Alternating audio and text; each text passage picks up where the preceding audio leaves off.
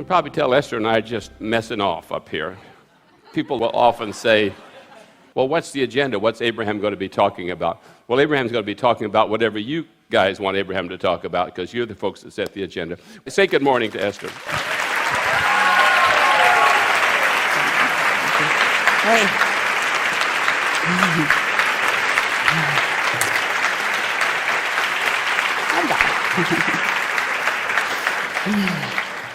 Hello. Goodbye.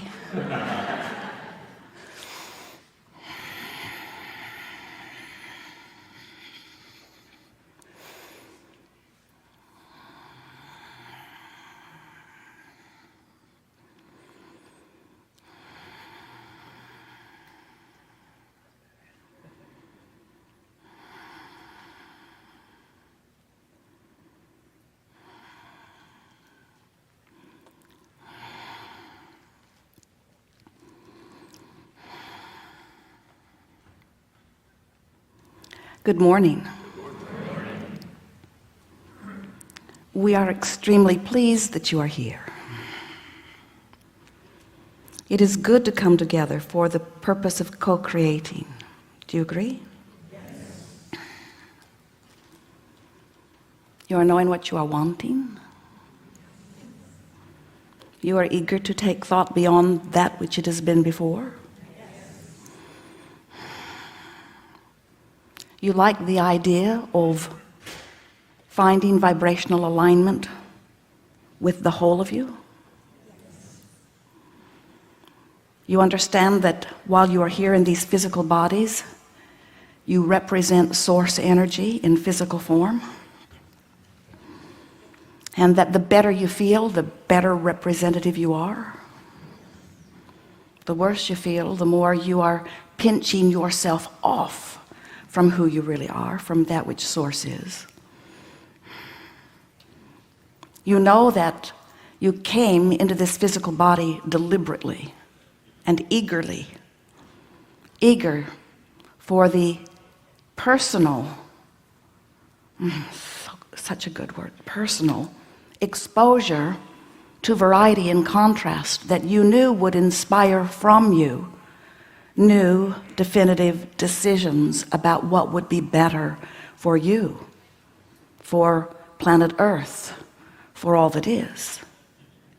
Because you knew when you were making the decision to come into this physical body that you are eternal, and that all that is eternal too.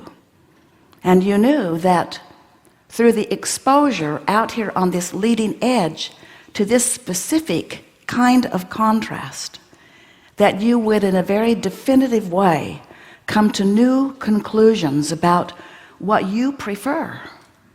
And you knew prior to coming into your physical body that each and every new preference or desire or hope or dream that would be born out of your exposure to life, you knew that when that happened, that you would emanate a clear rocket defined through the life that you have been living, and that vibrational rocket would be a vibrational request that would have summoning power. You knew that's how all things expand. You remembered then that you are a vibrational being even when you are flesh, blood, and bone. You remembered that the basis of everything that exists is vibrational, and you knew that the vibration of that which all is managed by this powerful law of attraction, where vibrational frequencies that are same come together. You knew about the cooperative universe, and you knew that since you are a creator, that you have the ability to deliberately emanate thought. You have the ability to deliberately focus your thought. That's why you were so excited about being in this body at this time, exposed to this contrast. You knew that you would focus, and that in that focus, in that clear, selfish, personal, defined focus, that you would emanate vibrational signals that law of attraction would respond to, and you knew that creation would happen as a result of that, and you liked it.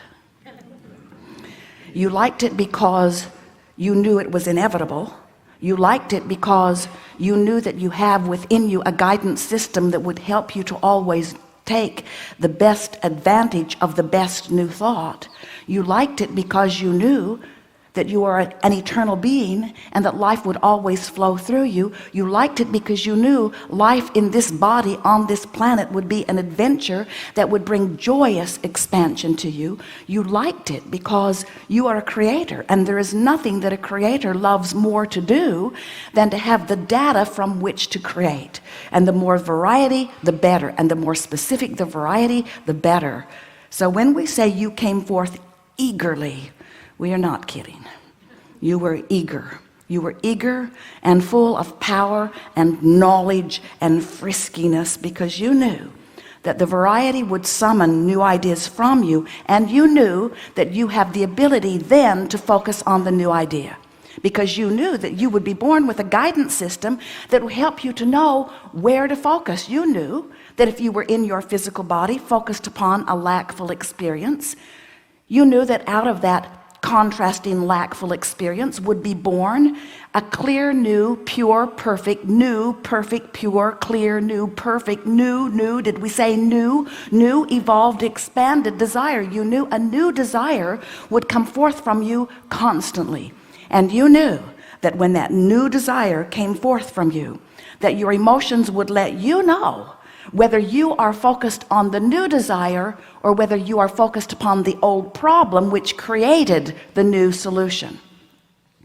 You knew that if you don't have enough of something that you want, that out of you would emanate a powerful request that would be heard by all that is, that would be answered immediately. You knew that when you ask, it is given. You knew that then. We're reminding you now. You knew that when that desire was born within you, that the larger part of you, the non-physical part of you, has just expanded as a result of your exposure to contrast. And you knew that when that expansion took place, that if the rest of you didn't keep up with the expansion, you would feel the discord of not keeping up. And you knew that that's what negative emotion is. You see, if your life never caused you to expand, you could never feel negative emotion, because you'd always be right up to speed with who you are. But because your life, just like you knew it would, just because the contrast has helped you to discover new desires, because all of that is happening, you are expanding, and therefore you in your physical body have constant choices all day, every day, of whether to keep up with the expansion or not. If you're ornery, you're not keeping up. If you're disappointed, you're not keeping up. If you're angry or depressed or discouraged, if you're blameful or guilty, you're not keeping up. What you're doing in those cases is focusing upon what you know you don't want and justifying why you want the improvement by pointing out how bad where you stand is. And so you're holding yourself, virtually training yourself into a frequency of resistance, while the rest of you and the rest of the universe moved joyfully on because of the expansion that you carved out. Law of attraction is gathering powerfully.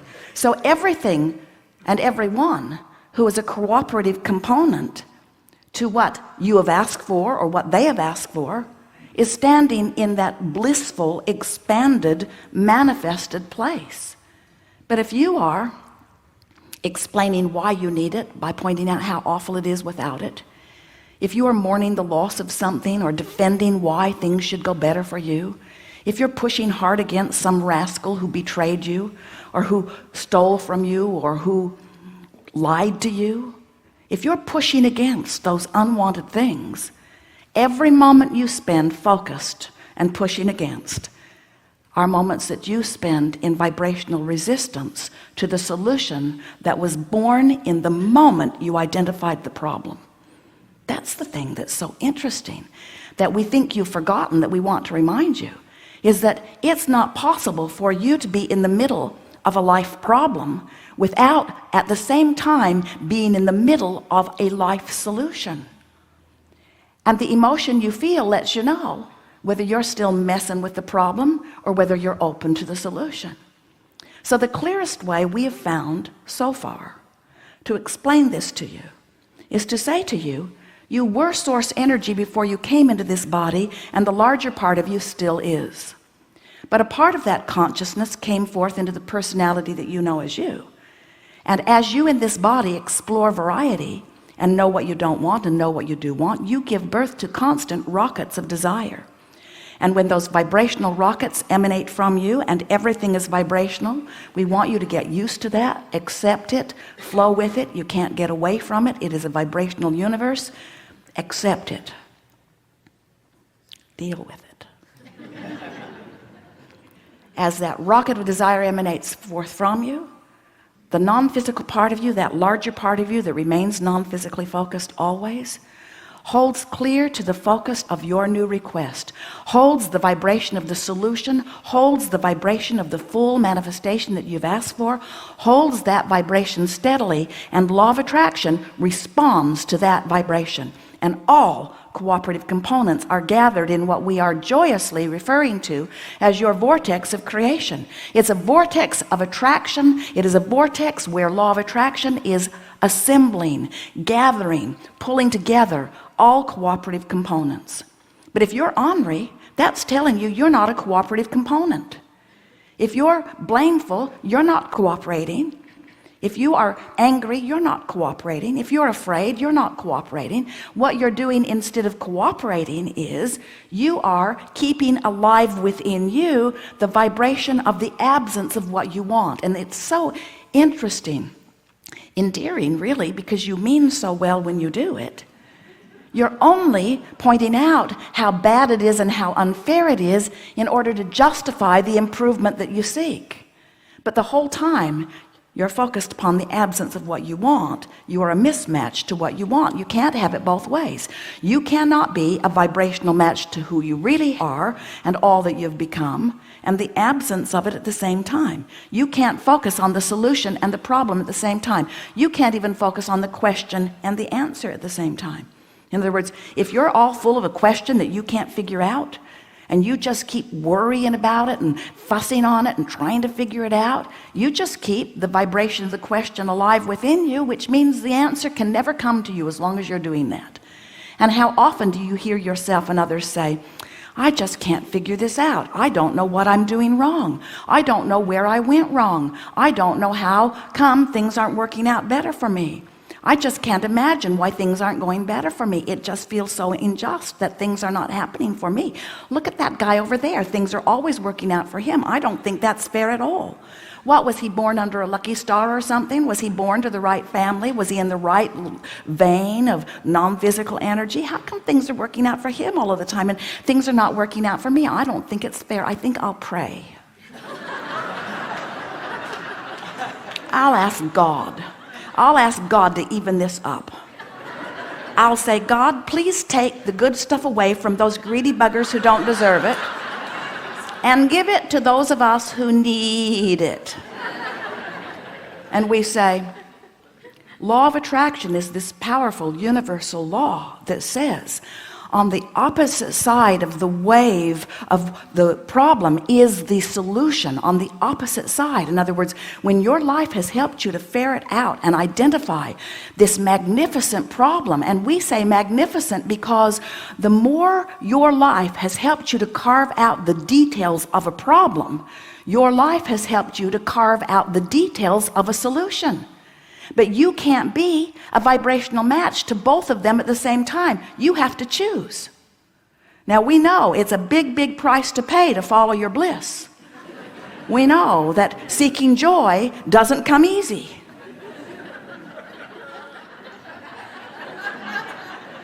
Sarcasm doesn't sound good coming from us, does it? Well, we just want to playfully remind you that whenever you don't feel good, you are attuned to the side of the wave. Now, do you get this? Do you get that in this vibrational universe, there is two sides to this wave, and when you know what you don't want, you know what you do want, and to the degree that you know what you don't want, it's to that degree that you know what you do want. When you really know what you don't want, you really knew for a minute what you do want. In other words, you've been sending those rockets over into this vortex of creation, and this is the thing that we really want you to hear. This vortex of creation has been gathering. You've been sending these rockets of desire one by one by one, and there is this vibrational reality that has amassed because you have created it. The question that this Art of Allowing workshop wants to help you to figure out is, are you allowing yourself to be a vibrational match to what you've carved out for yourself? And the answer in most cases is not even close. You have a vibrational reality that holds richness relative to monetary, relative to friendship, relative to love, relative to vitality and clarity and knowledge. You have carved out such a magnificent creation for yourself. But the negative emotion that you find yourself living as you move through your days is your indicator that you're not a vibrational match to that vibrational reality. And you know why? Because you're a match to your reality. You're so enamored with this real stuff, this stuff you can see and smell and hear and taste and touch. The words you can hear coming from someone. In other words, when someone you love is giving you a hard time, you're hearing it. And you're letting it train your vibration. You're having knee-jerk responses to it. Most of you don't even try at all to think the loving thought that feels better to you. You think the real thought that's coming at you. It's sort of like you act like, now you don't do this with your televisions, not so much, but it would be like sitting in front of a television that's spewing all kind of programming to you that doesn't please you, and you just sit there and watch it. And someone says, don't you have a remote control? Where's the channel guide? Isn't there something else that you could choose? And you say, I don't know. Mostly I just sit here and watch what's happening. And sometimes I like it. Sometimes it works out all right, because sometimes pleasing things come through this box, but mostly not. Well, why don't you do something about it? I don't know. Pretty much the way our family always did. We just observe and then we respond to what we're observing. It's sort of like a family legacy. When we like things, we applaud, and we don't like things, we complain. I complain a lot.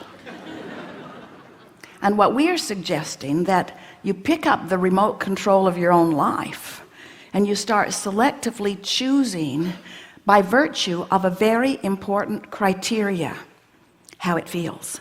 Because something that you've forgotten that we know so well that we want to remind you, because we said that we would, is that the criteria that is evidenced by the emotion that you feel leads you directly to millions of choices that you've been making along the way.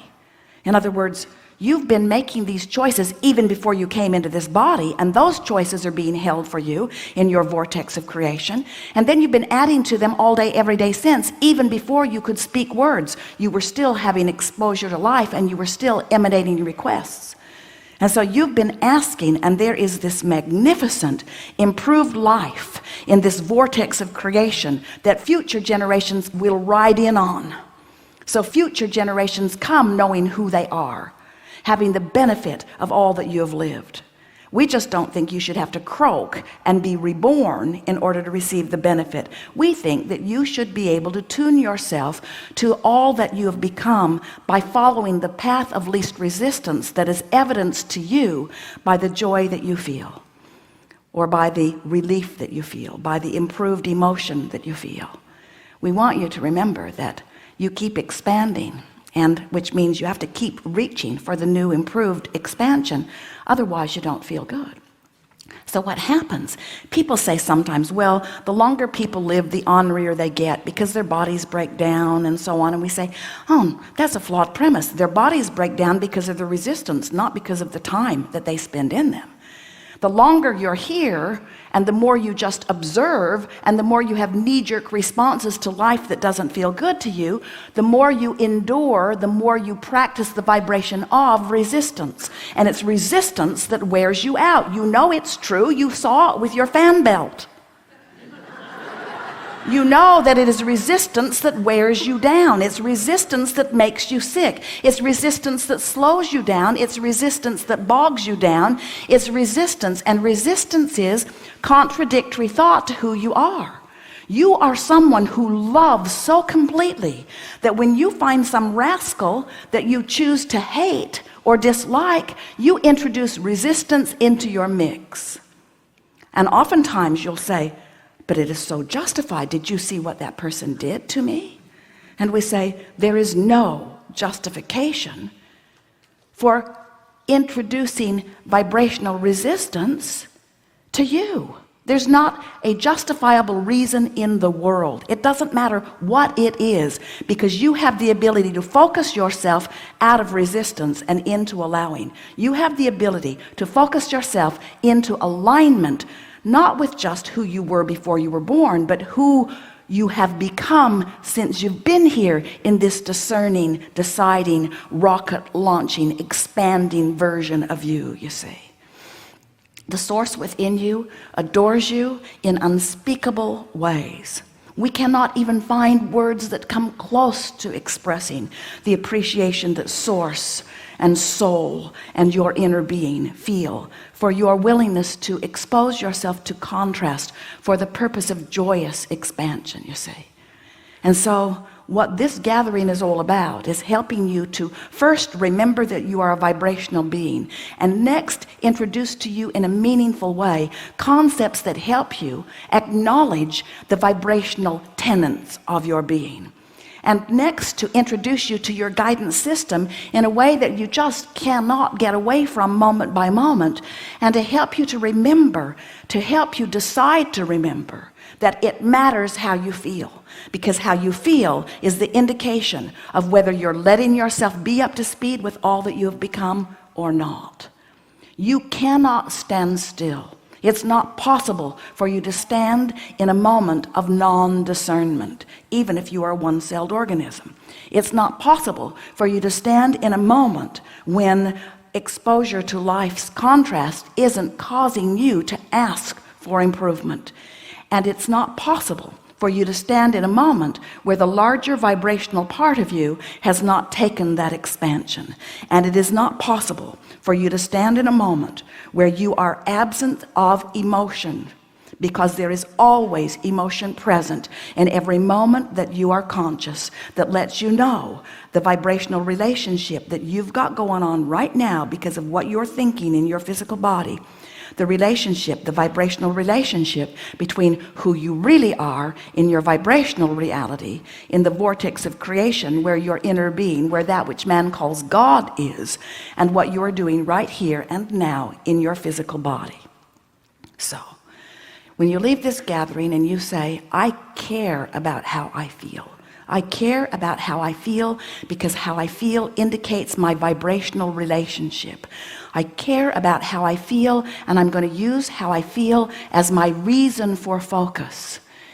If something happens and I see it and it's true and it's real and it's on the television and everyone's talking about it and it's being documented, it's being photographed, it's being put in the history books, it's history in the making, everyone's talking about it, and when I look at it, I feel awful, I will know in that moment that this is a powerful moment of catalyst where, as a nation or as a world or as an individual, I am focused upon a problem that is simultaneously giving birth to a solution that I have access to here and now. And I hereby choose that I am going to be more solution oriented. I'm going to look in the direction of what feels better. There are so many people beating the drum of the problems of your planet, and we are not for a moment suggesting that that's not part of the contrasting mix. We're just saying you cannot be part of the problem and part of the solution at the same time, and you want to make a choice. And we want to say to you that the source within you has already made that choice. Source already made the choice. Source is already solution oriented. And when you keep groveling in the problem, you just keep using the problem as your reason to not line up with who you really are longer. And we promise you, you cannot get sick enough to help sick people get well. You cannot get poor enough to help poor people thrive. You cannot focus upon the problems of the world and help anyone.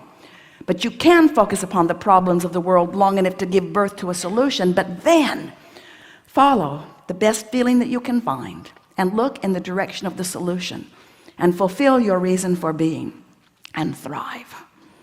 And as others who stand outside the vortex, still feeling needy or still feeling bad because they're focused upon those who are needy, as they stand outside their vortex, feeling the torture of their own deprivation, of their own alignment with who they are, they may very well look at you standing there inside your vortex, all tuned to the solutions, all tuned to the thriving, all tuned to the wholeness of who you are, and they might call you selfish.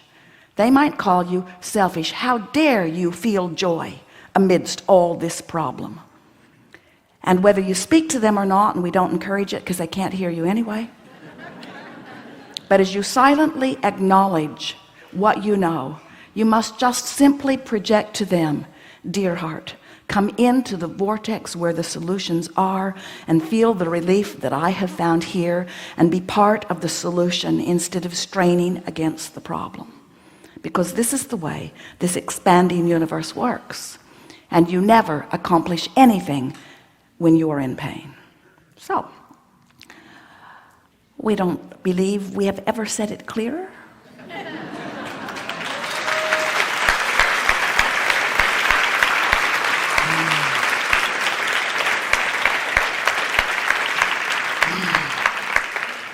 We are eager to talk to you about anything that is important to you. It is our promise to you that we will stand inside your vortex where your solution already exists, and we will use every process and trick that we have to call you into the vortex. We also want to encourage you to relax regardless of what's going on here, because there are a lot of people and a lot of questions, and we want you to know that your questions have been received and your answers have already formulated, and together we will find the path of least resistance to help you satisfy what you have come here wanting to know. So trust that whether you sit in the chair or not, your desire is powerfully factored in to this magnificent unfolding co-creation. It's not possible for you to be here focused with us without your contribution being powerfully noted and your answer being powerfully projected to you. The only small question that remains is, how close to the vortex are you? Because if you are in the vortex, you'll hear the answers as they come flowing out. If you're not, you'll leave here saying, what in the world was that about? It's all that vibrational mumbo jumbo. I've got a bump on my knuckle and I don't know what to do about it. What do you want to talk about? All right, we're going to thread the needle. Stand if you think it's you. Yes.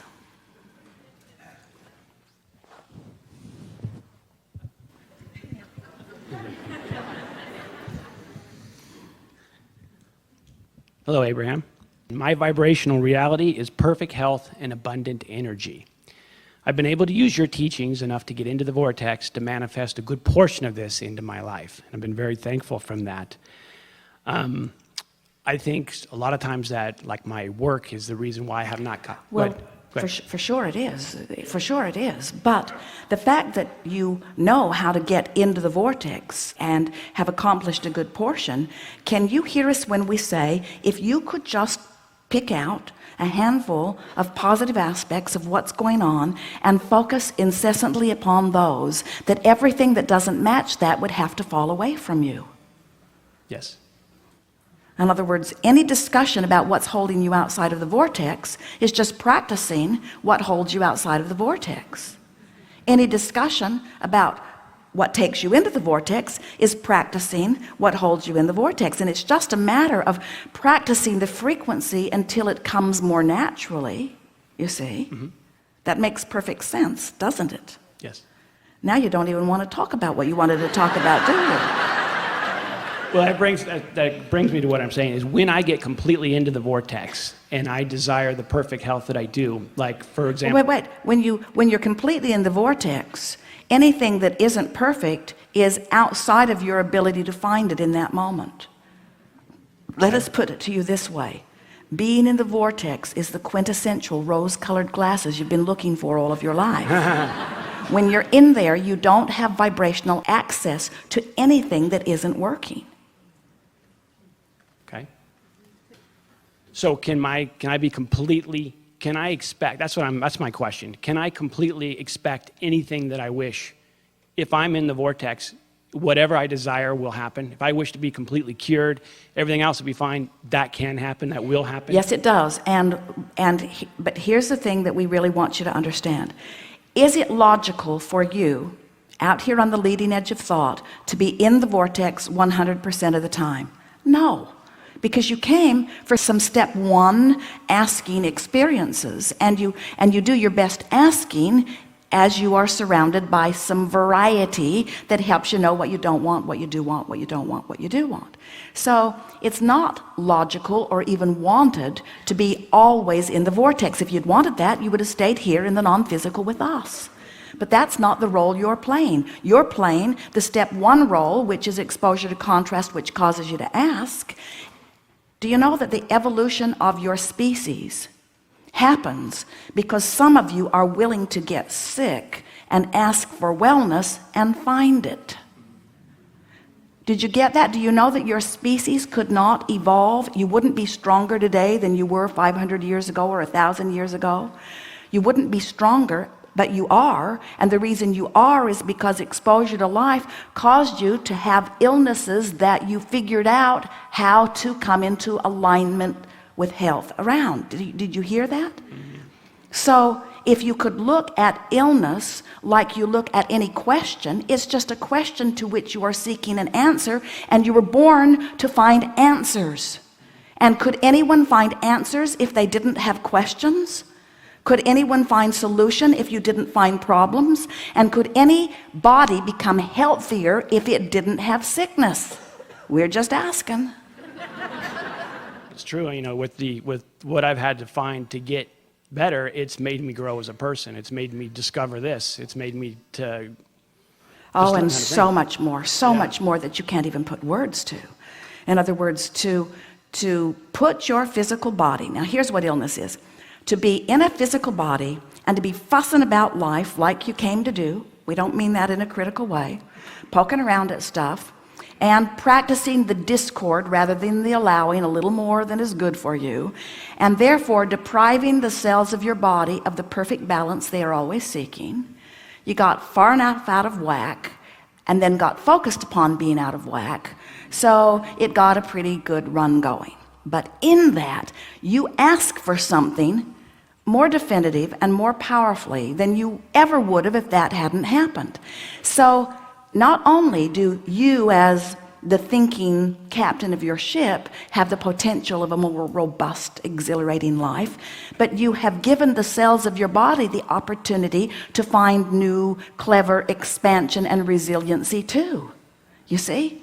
So, because when this is really interesting, the cells of your body, trillions of them, do stuff all day, every day. That stuff word is so helpful. That you could not even be aware of. In other words, the cells of your body asking, evolving,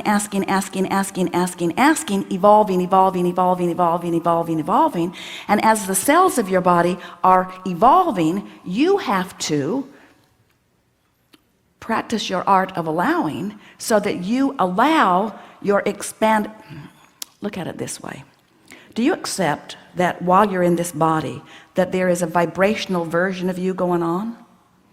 So I'm going to stretch you a little bit. Stay with us, you'll like it. Does it therefore then follow that a cell in your body or trillions of cells in your body have vibrational versions too? Because consciousness is consciousness, whether it's a one-celled organism or a cell in your body. So your body has been exposed to contrast, which has caused your cells to expand. That's what the evolution of all species is about. When you seek joy, you let your cells find their expansion. And then the doctor says, this is a miracle. Very good. And we say, what's it gonna take for you to finally accept your vibrational nature? When you accept your vibrational nature and you let your emotions guide you, you have the answers to every illness. You have the solutions to every problem, you see.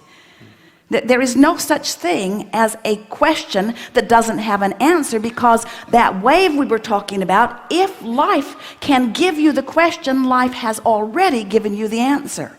If life has given you the illness, life has already given you the new and improved wellness. And you know from your immunity, you know from what you know about vaccinations, don't they deliberately infect you with stuff just so that your body can find the solution? And is this any different than that, you see? You have found the vibrational solution. It's already there. So you just gotta chill out. Very good. Can I ask you one more question? Do we have spiritual guides? And if so, is it possible to safely and consciously talk to them? Other than you, of course. I'm talking about individuals. Other than you.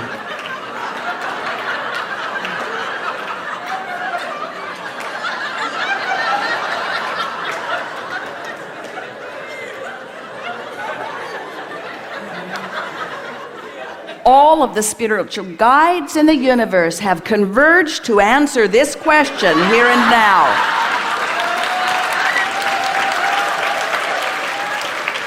Well-being is the basis of this universe. Well-being is the basis of this universe. It was well-being before you came into this body, and it's weller now in all regards. Well-being is the basis of this universe.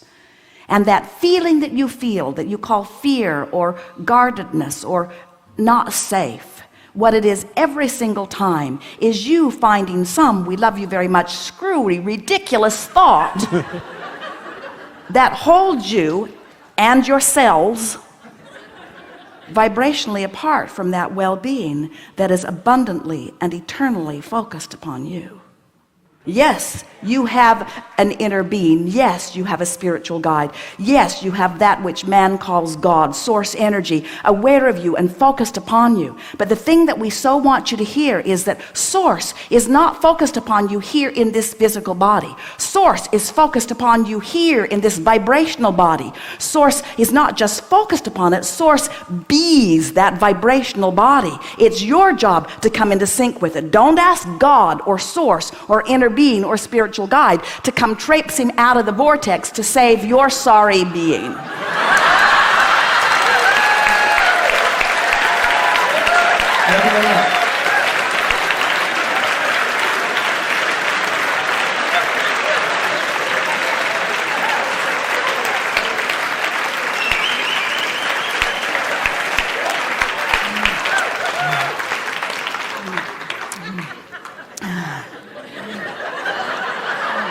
So here we go. Let's see now. Yes. What's thrilling to us is that you all were with us all the way on that. There was no part of that that you did not get. Hello, Abraham. Thank you so much for being with us. You're so very brave to hold your hand in the air. And Jerry and Esther and everybody in this room for co-creating this experience with me.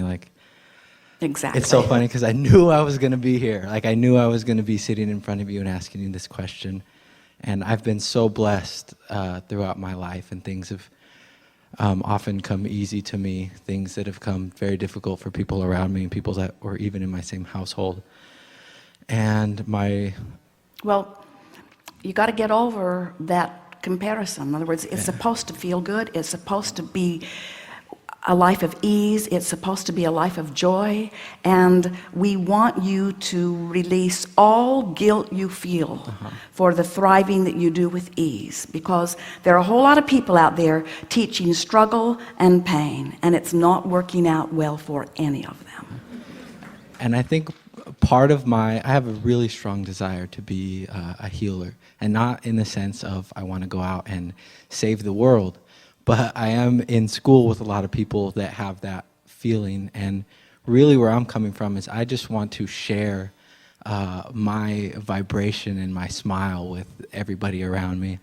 And I want to know, what is the role of a healer in the process of healing? Because I've seen it accelerated, and I want to use that healing as a way to show people what's inside of them. There's some flawed premises going on in your vibration that we'll start with and help you to understand. Because the first thing that you have to acknowledge is that everyone who is around you is an extension of this energy of well-being. So no one is being left out of it. In other words, sometimes healers sort of seem to believe that in this sea of potentially not wellness, that they're going to carve out a little pool of wellness, and then they're going to drag their sick friends into it and expose them to some wellness. And the thing that you've got to understand about that is the pool of well-being includes everybody, but there are people who have practiced their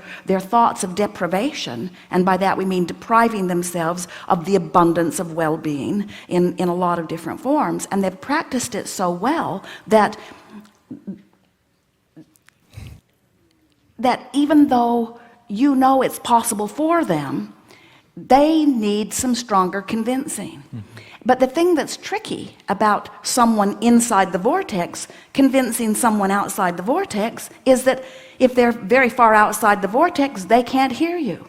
So most healers do traipse outside the vortex to try to help them, but then they can't help them because they're outside the vortex.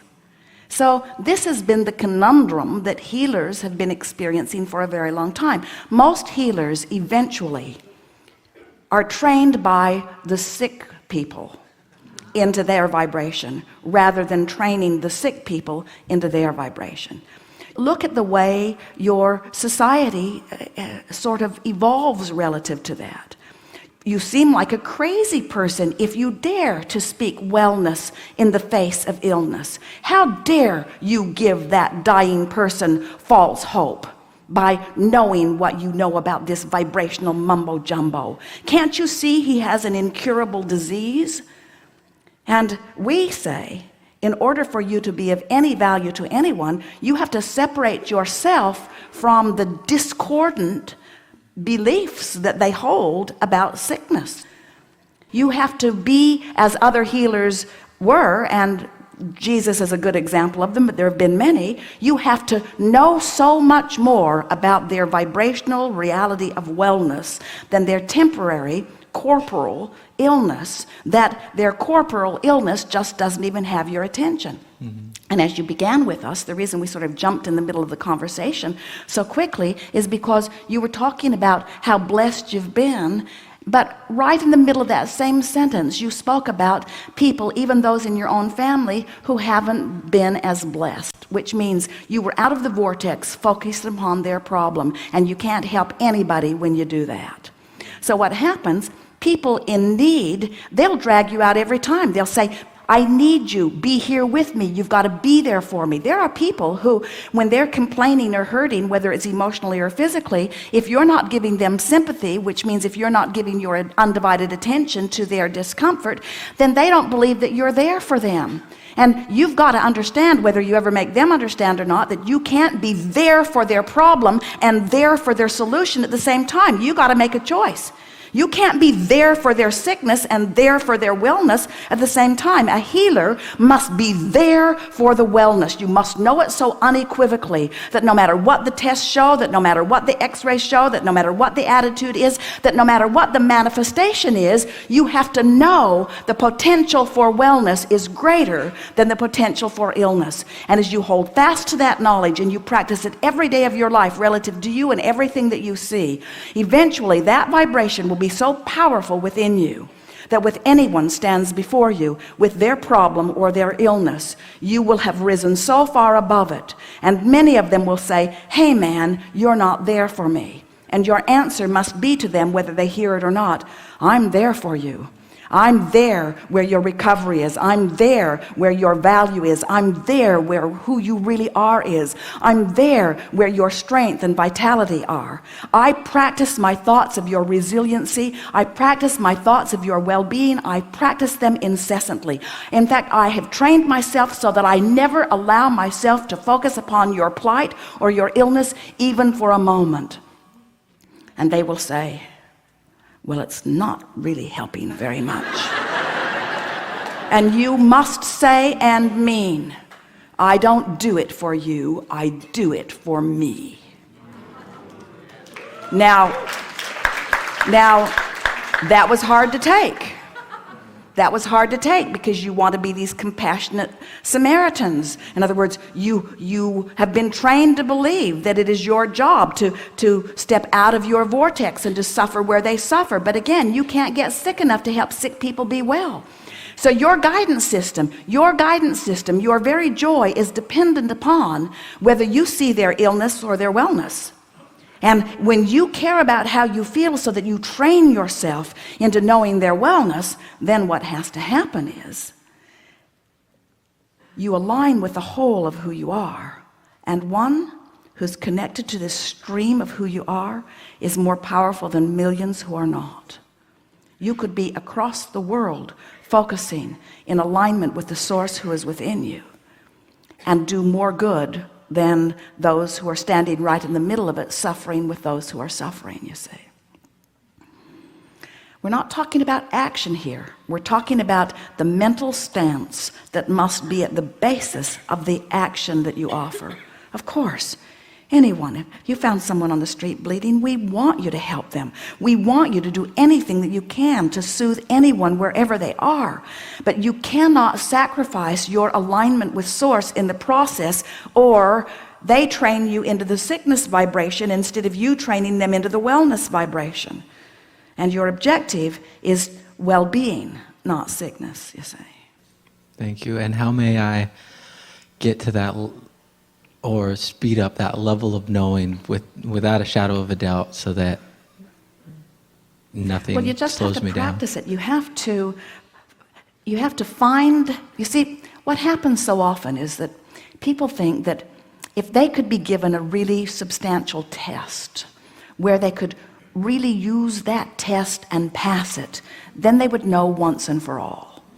And we're not big proponents of that at all. What we want you to do is understand that by focusing, in other words, it's not the big issues that make people sick.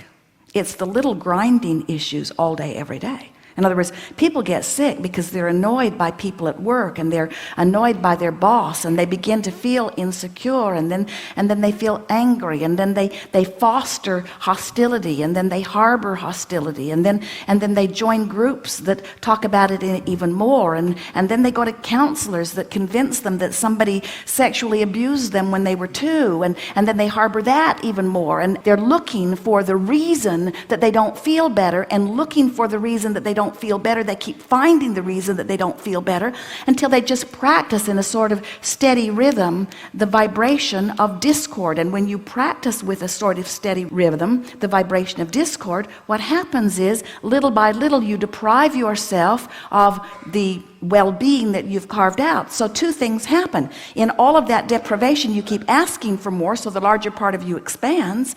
And in your attention to the deprivation, you don't let yourself go. So the tug of war within you, as the 2 parts of you become divergent, is what causes the illness, you see. And so if you could understand that illness is not a big deal, it's an attitudinal problem. Illness is about mood. It's about mood. Now some people say, well, what about people who are born with illness? And we say, well, there are cellular moods too. In other words, the cells of the body do pick up the mood and the attitude. That's that resistance that we're talking about. When you're depressed, your cells don't function in the frisky way that they could.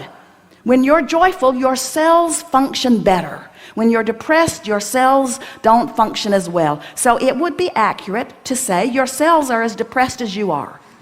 Or your cells are as frisky as you are, you see. And so when you start talking about healing, when you start talking about physical well-being, you got to understand that the majority of your planet as a people is sicker today than it has ever been with all of this medicine. Because your planet is fussing and worrying about more things. The more diversity, the more groups of pushing against you begin to form, you see.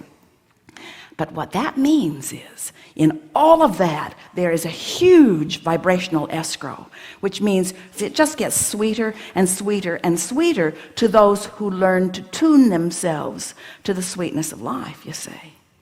So, these words you may begin to hear a lot from us because they seem so appropriate. You can't have it both ways.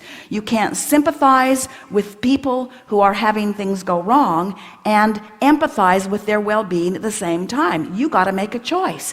And it is, whether any of you like it or not, it's a selfish choice because you're going to feel better when you choose the thoughts that feel better, and you're going to be of more value when you choose the thoughts that feel better. It's just that simple. Jerry was talking and he was wondering if it would come up, and we're going to bring it up about what happened with the Sweat Lodge deaths. Are you aware of it? So here is a teacher who was part of the secret movie, who understands law of attraction, not even in the slightest, who held seminars for the purpose of seeing how much discomfort you can endure without dying. Deprivation in the desert, deprivation without food, deprivation without air, high temperatures in the sweat lodge. In other words, see how much you can endure. Now, law of attraction brings the leader of this group right now to jail, where he is being deprived of all of the things that are important to feeling good. In other words, law of attraction is this powerful, powerful, powerful, powerful law that says you get what you think about, and what you think about is evidenced by the way you are feeling in the moment. And when you have decided that you're going to struggle your way to joy, the joy never comes. So that's what we say. You can't have it both ways. You cannot suffer your way to joy, and you cannot joy your way to suffering. In other words, when you selfishly choose the thoughts that feel good to you, when you selfishly choose thought by thought by thought, not just after you're sick, thinking about it more clearly. We're talking about day-to-day, day-to-day, day-to-day, day-to-day thoughts. Do I choose to take that comment the wrong way, or do I choose to give that person the benefit of the doubt? Do I choose to assume that these people in traffic are out to get me, or do I choose to give them the benefit of the thought? Do I choose to accept that it is the natural stream for everybody that I work with to be looking out for themselves, or do I choose to feel deprived because they're not looking out for me in that really distorted of the universe way? In other words, how do I choose to feel? Do I choose to assume that my children were born to serve me, or do I allow them to live their life? And do I choose to choose thoughts that feel good when I choose them? It's the day-to-day thoughts that evoke emotions within you that make up the basis of your vibration. And the basis of your vibration is being played all day, every day, against this vibration of who you really are. And the further off you get from who you really are, then the less you are able to utilize your guidance system, and the further you get from the abundant, good-feeling, thriving life that you were born to live. Thank you so much. Yes, indeed.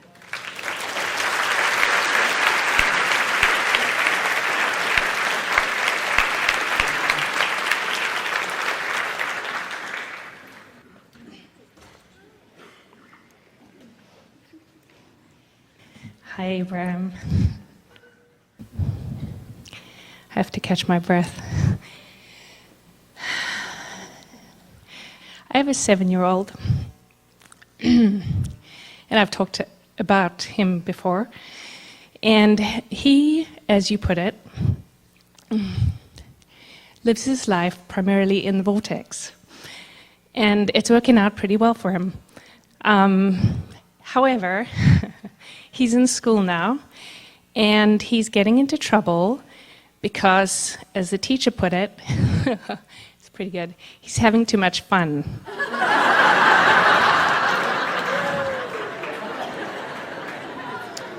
That's really good, isn't it? He is following the guidance that comes forth from within him instead of his ornery teacher. Yeah, and I'm sure she's ornery because she has a lot of children. She's actually a nice person. Oh, we are certain that she has a reason for her orneriness. Yeah. So my question is, how do I explain to him how to play the game? You don't explain to him, explain to her.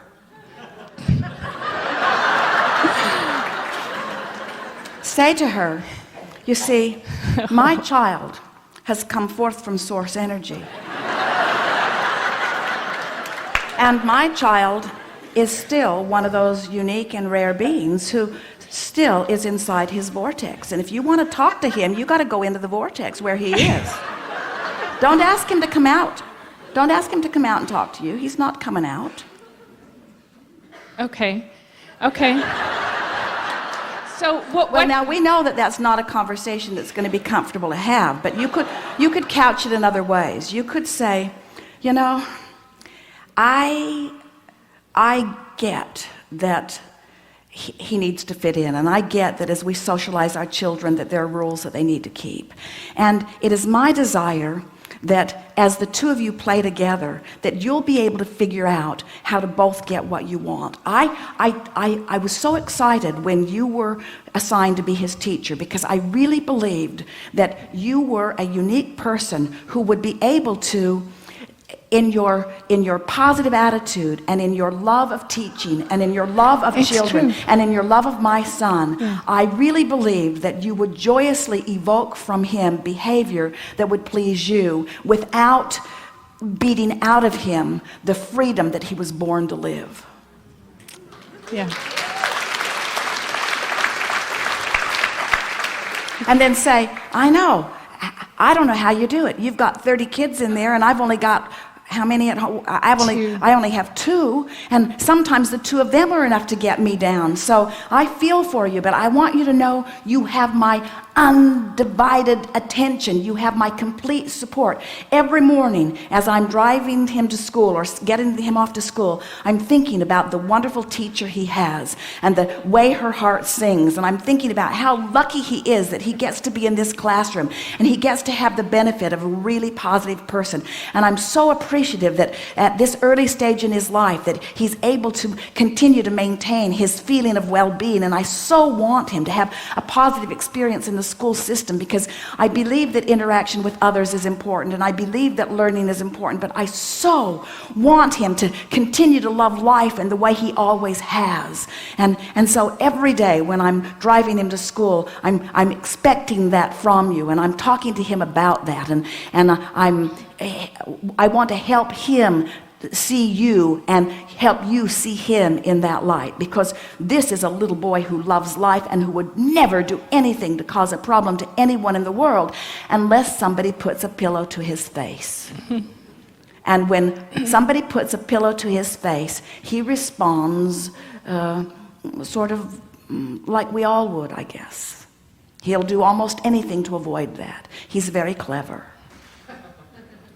He is very clever, because he told me on the playground he gets put on the wall for doing things that are too silly. And he says, Mom, it's not that big a deal. I just sneak off. He says, they hardly ever notice. He says, if that's the worst punishment, he says, it's worth it. So what his teacher is actually teaching him is deception.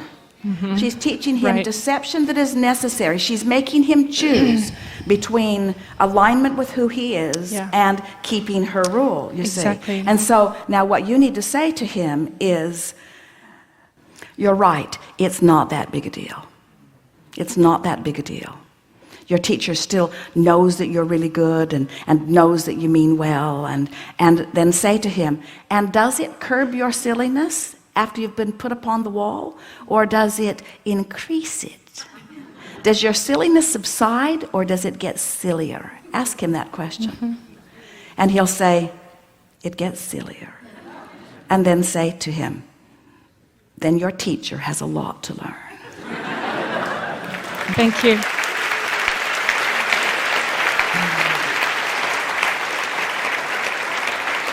2 minutes. We have enjoyed this interaction immensely. Come back into the vortex.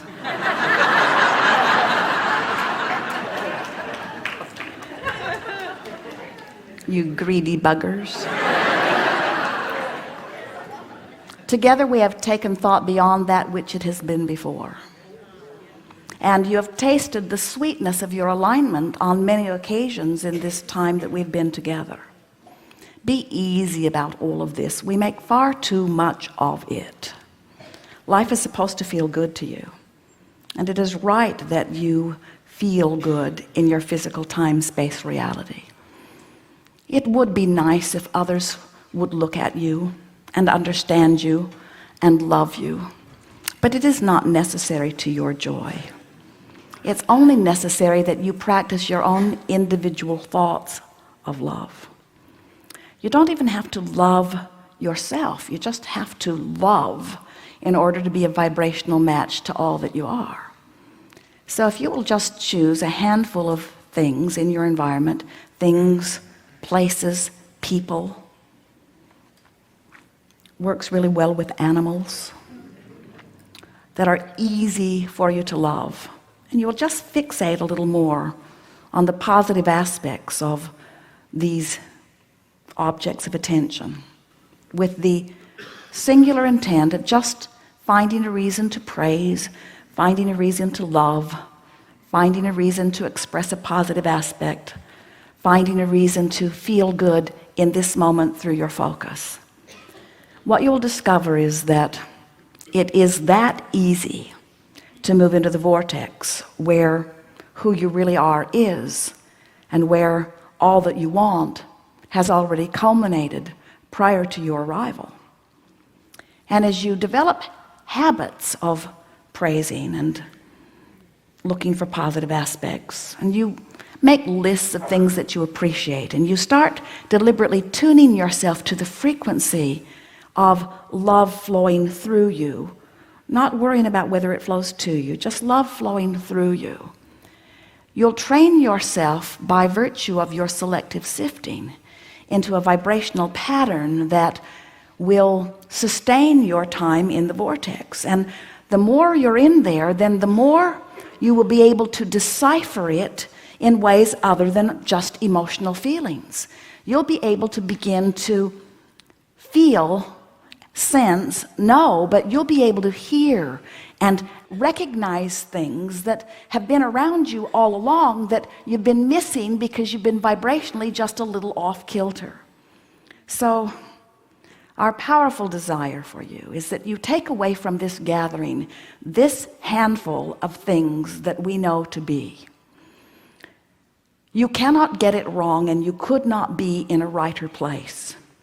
And the source who comes forth from you as a result of your exposure to life here, the expanded version of you, feels such appreciation for you that the slightest effort will bring you easily into alignment with the power of that larger part of you. And if you will reach for that power of influence, that power of connection, that power of enlivenment, that power of bliss, that power of connection to the broader part of you, not only will your physical world begin to transform right before your eyes, but your savoring ability of what's already there will flip immediately. You'll find yourself saying to others, things that have been bothering me aren't. You'll find yourself saying to others, things that I've been making big deals about, I don't feel inclined to make big deals about. You'll be saying to people, it feels like my shock absorbers are working. It feels like life is treating me better. I feel frisky. I feel happy. I am enlivened. I am glad to be here. And when you find yourself speaking those words chronically, every day, about lots of different subjects to lots of different people, you will know that you have finally practiced yourself into enough alignment with who you really are that you are now beginning to see your world through the eyes of Source. And nothing less than that did you ever plan on doing. And for our part, we have benefited by all that you do. Whether you tune in to what's in your vortex or not, the universe has expanded and benefit has come. So whether you love yourselves or not, we have the benefit of holding you as our object of attention. And we want you to know the adoration that we have for you individually and collectively could not be more. When you reach for just a little bit of that and you meet us halfway, or 1/10% of the way, when you just tap into it just the tiniest little bit, you'll feel the full force of the energy that creates worlds coursing through you toward your objects of creation, and you will feel the invincibility that you came here to feel. You are magnificent creators, and there is great love here for you. And as always, we remain in the vortex.